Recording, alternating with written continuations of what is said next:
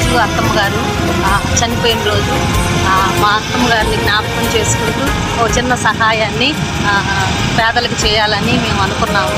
దాన్ని ఈ కార్యక్రమాన్ని మేము చేస్తున్నాము. దేవునికి మహిమ కలుగుతా.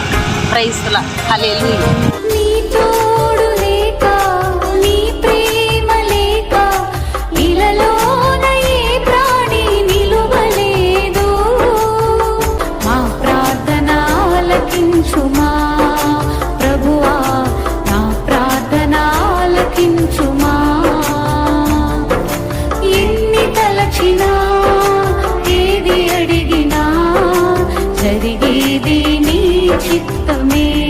Praise the Lord. హల్లెలూయా. ప్రియ దేవుని బిడ్డలారా, మీ అందరికీ ఈ ఉదయకాలపు శుభాభివందనాలు.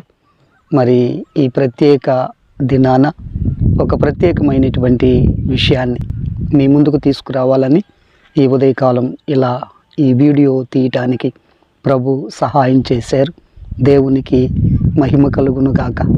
ఈరోజు ప్రత్యేకంగా మా అమ్మగారు చనిపోయినటువంటి రోజు.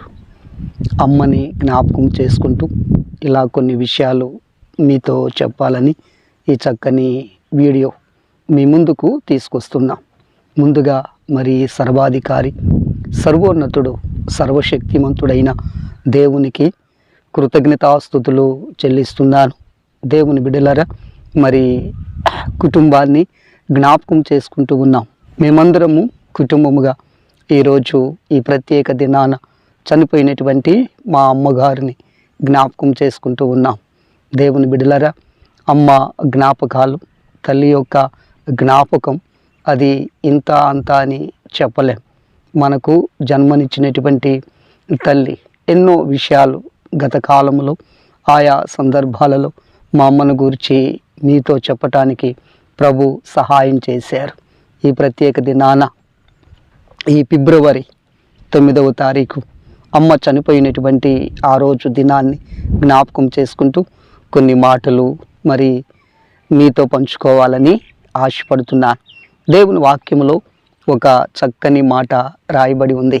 అదేమిటంటే పరమగీతం అనే గ్రంథం, పాత నిబంధనలు 8వ అధ్యాయం 5వ వచనములో చక్కని మాట. అదేమిటంటే, తల్లి ప్రసవ వేదన, నిన్ను కనిన తల్లికి నీ వలన ఇచ్చటనే ప్రసవ వేదన కలిగెను అనే మాట అక్కడ రాయబడి ఉంది.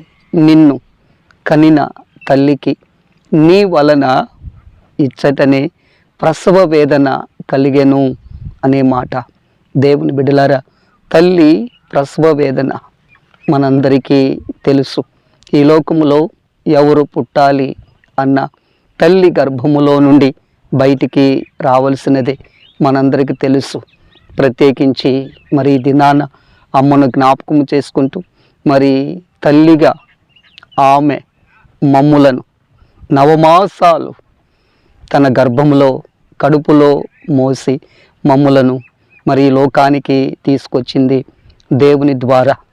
అందును బట్టి తల్లిని జ్ఞాపకం చేసుకుంటూ మరి యేసయ్యకి కృతజ్ఞతాస్తుతులు చెల్లిస్తున్నాం. దేవుని బిడ్డలారా, మరి నవమాసాలు తల్లి తన గర్భములో కడుపులో మమ్ములను మోసినటువంటి పరిస్థితి ఈ లోకంలో ఉన్నటువంటి తల్లులందరూ అలానే కనినటువంటి పిల్లలను నవమాసాలు మోసి ఈ లోకంలోనికి తీసుకొస్తారు. మరి మా అమ్మను కూర్చున్నటువంటి ఒక ప్రత్యేక విషయం ఏమిటంటే, నేను మరి కడుపులో ఉన్నప్పుడు మా అమ్మకి ఒక ప్రత్యేకమైనటువంటి ఆలోచన, బాధ ఉండేది. అదేమిటంటే, నాకంటే ముందు మరి ఒకడు తల్లి గర్భంలో అమ్మ కడుపులో ఉన్నప్పుడు మరి నాన్నగారు అలా పొలం వెళ్ళి ఒక గడ్డి మోపు మోసుకుంటూ వచ్చి మా అమ్మ అక్కడ కూర్చొని వంట చేస్తూ ఉంటే మరి ఆ మోపు మరి బరువై అలా ప్రక్కన వేయబోయి అక్కడ ఏం జరిగిందో తెలియదు, కానీ ఆ గడ్డి మోపు అలా మా అమ్మ కడుపు మీద గర్భం మీద పడినటువంటి పరిస్థితి. అయితే మరి అప్పుడు ఆ గర్భం చితికిపోయి లోపల ఉన్నటువంటి పిండం గర్భం అలా గర్భస్రావమై ఆ లోపల ఉన్నటువంటి శిశువు బయటికి రాలేనటువంటి పరిస్థితి. అప్పటి నుంచి మరి తరువాత నేను కడుపులో అమ్మ ఆ గర్భం దాల్చినప్పుడు పలు రకాలుగా బాధపడుతూ ఉండేది. అలా కడుపు మీద చేయి పెట్టుకొని ఆలోచిస్తూ దేవుని స్తుతిస్తూ దేవుని జ్ఞాపకం చేసుకుంటూ అలా ఆ దేవుని సన్నిధిలో మరి ఆమె ఆలోచనలు అలా ఉన్నాయి. అయితే మరి అవన్నీ తరువాత నేను పుట్టిన తరువాత ఆయా సందర్భాలలో మేము కలుసుకున్నప్పుడు ఆ విషయాలన్నీ నాతో చెప్తూ ఉండేది అమ్మ. ఎట్టకేలకు దేవుని బిడ్డలారా, అమ్మ జ్ఞాపకం, తల్లి జ్ఞాపకం, మరి అలా తల్లి గర్భములో నవమాసాలు నేను మరి మోయబడి మరి దేవుని కాపుదల సంరక్షణ భద్రతలో కాచబడి బయటికి రావటానికి, ఈ లోకంలోనికి రావటానికి ప్రభు సహాయం చేశాడు. అందుకే దేవుని వాక్యంలో రాయబడి ఉంది, నేను పిండమునై ఉండగా నీ కన్నులు నన్ను చూచాయి అని చెప్పి భక్తుడు మాట్లాడతాడు. ఇంకా ఇర్మియా గ్రంథములో రాయబడినటువంటి మాట 1వ అధ్యాయములో, తల్లి గర్భములో పిండముగా రూపించబడక మునిపే నిన్నెరిగి తిని అని చెప్పి మరి దేవుడు అలా పిండముగా ఉన్నప్పుడే, పిండముగా రూపించబడక మునిపే నన్ను ఎరిగి మరి పిండమునై ఉండగా ఆయన కన్నులు నన్ను చూచి ఆ తల్లి ద్వారా ఇలా ఈ లోకంలోనికి తీసుకుని వచ్చాడు. దేవుణ్ణి స్తుతిస్తున్నాను, అమ్మని జ్ఞాపకం చేసుకుంటూ ఉన్నాను. తరువాత దేవుని బిడ్డలారా, 2వ ప్రసవ వేదన. మా అమ్మ మమ్ములను కని పెంచిన తరువాత మరి కని పెంచే విషయంలో ఎప్పుడూ కూడా ప్రసవ వేదన పడుతూ ఉండేది.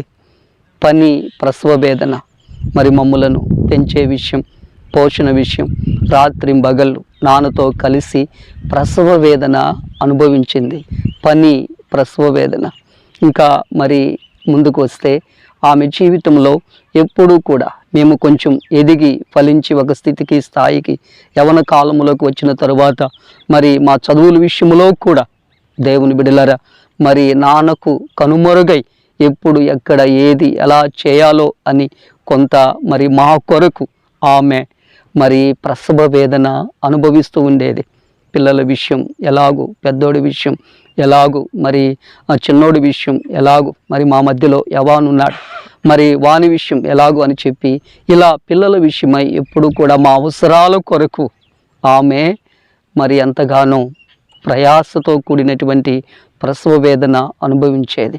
అప్పుడప్పుడు తన జీవితంలో, తన హృదయంలో, తన మనసులో ఉన్నటువంటి బాధలను అలానే లోపల ఉంచుకొని లోపల ప్రసవ వేదన పడుతూ బాధపడుతూ ఉండేది.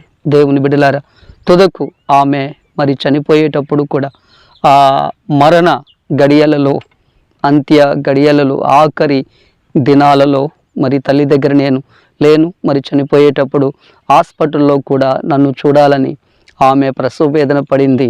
మరి మా తమ్ముడు నాతో చెప్పాడు, అన్న అమ్మ అడిగింది, అమ్మ అడుగుతూ ఉంది, మరి అమ్మ అడిగింది అని చెప్పి ఆ మాట తలంచుకున్నప్పుడల్లా ఎంతగానో నాకు బాధ కలుగుతూ ఉండేది.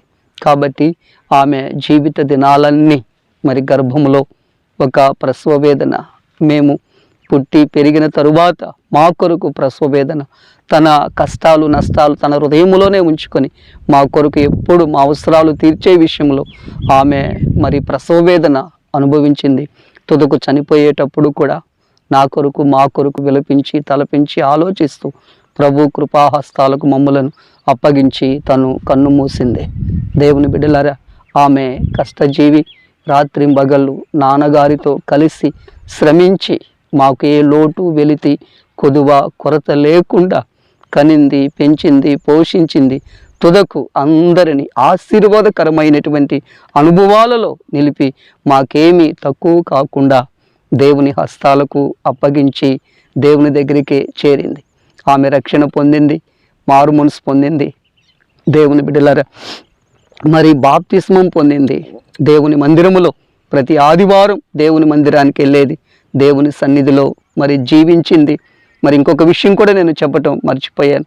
అదేమిటంటే ఎప్పుడు కూడా ప్రార్థనలో మా కొరకు, నాన్నగారి కొరకు, అలాగే మరి ఆ బంధువుల కొరకు, ఉన్నటువంటి సంఘం దైవ సేవకుల కొరకు, అందరి కొరకు ప్రతి ఉదయకాలం తప్పకుండా ఎర్లీగా లేచి ప్రార్థన చేసేది. ప్రార్థన చేయకుండా బయటకు వచ్చేది కాదు. మంచం దగ్గరే మోకరించి ఎప్పుడు కూడా ప్రార్థన చేసేది, ప్రార్థన చేయకుండా పడుకునేది కాదు.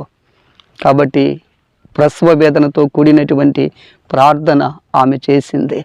మరి ఆమెను జ్ఞాపకం చేసుకుంటున్నాం. హల్లెలూయా. మరి చిన్న ప్రార్థన చేసుకుందాం. యేసయ్యా మీకు స్తోత్రాలు. ఈ ప్రత్యేక దినాన అమ్మ చనిపోయినటువంటి దినం రోజు నానా మరి అమ్మగారిని జ్ఞాపకం చేసుకుంటూ ఉన్నాం. ఒక మంచి తల్లిని మీరు మాకు ఇచ్చారు. ఆమె యొక్క జీవిత అనుభవాలు ఇలా చెప్పుకుంటూ మిమ్మల్ని స్తుతిస్తున్నాం నానా. మరి అమ్మ ఇప్పుడు లేరు, మీ దగ్గరికి వచ్చారు. అయితే వాక్యంలో మీరు చెప్పారు, ఒకని తల్లి వానిని ఆదరించినట్లు నేను మిమ్మల్ని ఆదరిస్తాను అని చెప్పి నాన్న.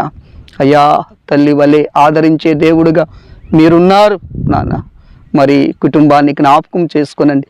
పెద్ద తమ్ముడు కుటుంబం, చిన్న తమ్ముడు కుటుంబం, వారికి ఇచ్చినటువంటి పిల్లలు, వారి భార్యలు కృపలో నన్ను సహకారి, అలాగే బాబుని జ్ఞాపకం చేసుకొని క్షేమస్థితిలో ఉంచండి. ఈ వీడియో చూస్తున్నటువంటి ప్రియా మరి యేసయ్య కుటుంబ సభ్యులందరినీ నాన్న మీ నామాన్ని బట్టి జ్ఞాపకం చేసుకొనండి.